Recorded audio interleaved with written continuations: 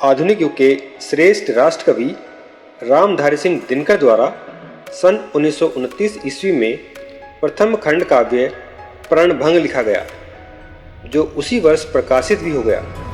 उस समय उनकी आयु मात्र 21 वर्ष थी। यह एक लघु खंड काव्य है जो महाभारत युद्ध में श्री कृष्ण के शस्त्र ग्रहण की घटना पर आधारित है। दिनकर जी ने इसे जयद्रथ वध के अनुकरण पर लिखा था।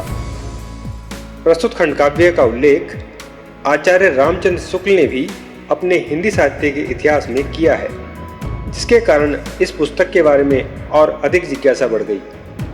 आज के इस वीडियो में हम सुनेंगे खंड काव्य प्रणभंग के पहले अंश में नियति का पूर्वाभास तथा दूसरे अंश में रण निमंत्रण। प्रथम अंश पूर्वाभास। विश्व विभव की अमर बेली पर फूलों सा खिलना तेरा, शक्तियान पर चढ़कर वह उन्नति रवि से मिलना तेरा। भारत क्रूर समय की मारों से न जगत सकता है भूल, अब भी उस सौरभ में सुरभित है कालिंदी के कलकूल। हाय विभव के उस पद में नियति भीषिका की मुस्कान, जान न सकी भोग में भूली सी तेरी प्यारी संतान। सुन न सका कोई भी उसका छिपा हुआ वह ध्वंसक राग, हरे भरे डह डहे विपिन में शीघ्र लगाऊंगी मैं आग। महासमर रच भारत तेरा सर्वनाश में लाऊंगी, तुझे भस्म करने को भीषण ज्वाला शीघ्र जलाऊंगी।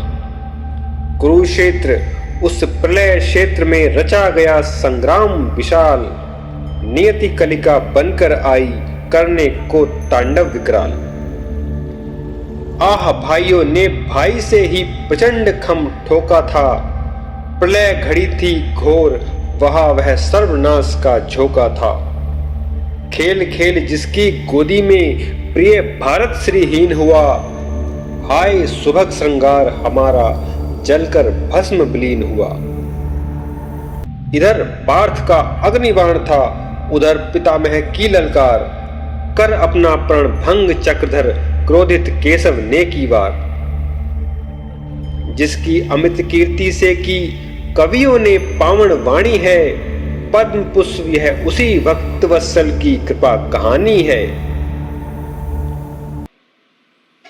दूसरा अंश रण निमंत्रण। इस भाग में सुनेंगे श्री कृष्ण को अपनी तरफ से लड़ने का प्रस्ताव लेकर द्वारका नगरी पहुंचे दुर्योधन और अर्जुन का श्री कृष्ण से संवाद। प्रस्तुत पंक्ति में अर्जुन को धनंजय तथा दुर्योधन को सुयोधन कहा गया है। इन कौरवों में संधि के शुभ भाव आने को नहीं, रणजल बिना अपमान का यह ताप जाने को नहीं। यह सोच कर प्रस्तुत हुए पांडव कठिन संग्राम को, करने चले जो चूर्ण रिपु के गर्भ गृह उद्याम को। भेजे गए अगणित निमंत्रण मित्र भूप ललाम को, है जा रहे अर्जुन स्वयं श्री द्वारका पतिधाम को। भारत तुम्हारे ध्वंस के ये साज सजने को चले, घनघोर घन आपत्तियों के ये गरजने को चले। पथ में परम सुकुमार उषा का सरस आभास है, पर छा रहा भीतर हृदय में दीप्त सम्रोल्लास है। भरती उमंग आसीम है गांडीव धर के अंग में, अर्जुन निमज्जित जा रहे सौर सिंधु तरंग में। हरिधाम पहुंचे पार्थ जब भगवान निद्रा लीन थे, देखा सुयोधन स्तब्ध हरि के शीश दिशि आसीन थे। बैठे धनुर्धर पार्थ जा हरि के चरण दिशि भक्ति से, मानो गए खिंच से उधर पद पद्म की अनुरक्ति से। माधव जगे क्यों दृष्टि सन्मुख जा धनंजय पर पड़ी, सिर की तरफ बैठे सुयोधन पर पुनः वह जा अड़ी। यूं देख कर असमय उन्हें भगवान विस्मित हो गए, क्षण एक भर फिर मानसिक निस्तब्धता में खो गए। फिर हे सुयोधन है कुशल रहते धनंजय क्षेम से, कुशलादि मिलते ही सुजनगण पूछते हैं प्रेम से। यो पूछकर पूछी पुनः इस भांति आने की कथा, पाया निमंत्रण ईश ने रण के लिए फिर सर्वथा। कुरुराज बोला, शीघ्र जो ठन्ने चला संग्राम है, देना हमारा साथ क्या उसमें न आपका काम है। यद्यपि सदा समदृष्टि रखना सौम्य लोकाचार है, प्रथमागमन पर सखे करना तुम्हें सुविचार है। सुनकर इसे भगवान के आया न कुछ भी ध्यान में, संलग्न से वे हो रहे कर्तव्य के संधान में। इस और लौकिकता खड़ी उस और प्रेमी पार्थ था, निज प्रिय जनों का साथ देना न्याय किंतु यथार्थ था। गोविंद गुरु युग बीच पूजे किस चरण अरविंद को, गुरु धन्य निज जिसने हमें दिखला दिया गोविंद को।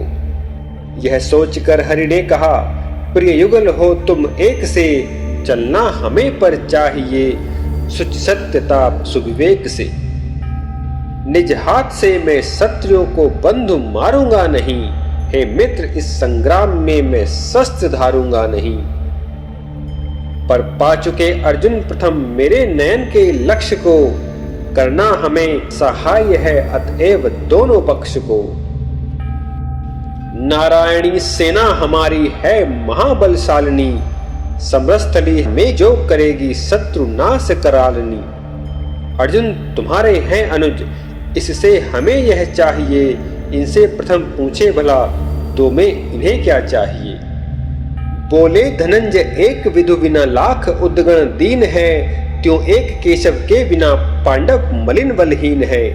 तम दूर करने को दिवस एक दिन मणि चाहिए, माधव सिवा हमको भला संसार में क्या चाहिए। सुनकर इसे क्रुराज की ये कंज कलिका खिल गई, लो भाग्य के बल से हमें नारायणी ही मिल गई। क्यों कष्ट दूं मैं आपको, विश्राम घर में कीजिए, जाना हमें है दूर बस माधव विदा दे दीजिए। प्रस्थान यूं कहकर किया हरिधाम से क्रुराज ने, पूछा धनंजय से विहस यह प्रश्न तब यदुराज ने। मेरे लिए से लाभ क्या, मैं शस्त्र तो लूंगा नहीं, हे पार्थ मत समझो कि लड़कर मैं मदद दूंगा कहीं। हे देव कैसे आप भी कटुकूट नीति प्रवीण हो, लखने न देते हो हृदय यद्यपि सदा हित लीन हो। अपनी कृपा का भेद क्या तुम हो सहज ही खोलते, विभ्रांत भक्तों का हृदय अणु अणु सदैव टटोलते। कौन्तेय बोले, जीत तो होगी कृपा की ओर से, मैं कब तुम्हें कहता हूं कि तुम लड़ना हमारी ओर से। इन बाहुओं में शक्ति है तो युद्ध में शरवृष्टि से, सकता मिटा में शत्रुओं के चिन्ह बल में सृष्टि से। गांडीव है फिर गर्भ रिपु दल का न क्यों गिर जाएगा, हूं मैं धनंजय छत्र जय का क्यों न सिर पर छाएगा। मैं सत्य कहता हूं प्रभो अपनी प्रलय हुंकार से, सकता मिटा दुर्योधनादिक दुष्ट को संसार से। पर आपकी केवल दया की दृष्टि ही अनिवार्य है, जिसके बिना संसार का होता न कोई कार्य है। हाँ लालसा है एक रखता भक्त यह तेरा सखे, रण में तुझे बनना पड़ेगा सारथी मेरा सखे। करता चलूंगा मैं समर तू संग मेरे डोलना, कर में न लेना शस्त्र पर मुख से प्रभु जय बोलना। देखी गई उस काल हरि मुख पर हंसी की धार थी, जो कह उठी अनुनय धनंजय की समुद स्वीकार थी, जो कह उठी अनुनय धनंजय की समुद स्वीकार थी। धन्यवाद।